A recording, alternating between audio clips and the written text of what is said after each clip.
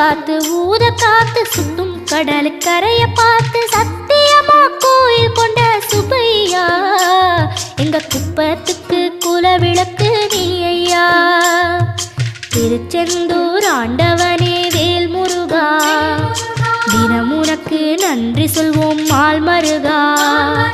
திருவடியில் தவம் இருப்போம் திருமுருகா தீப்பெழுது நலமெனவே வடிவழகா.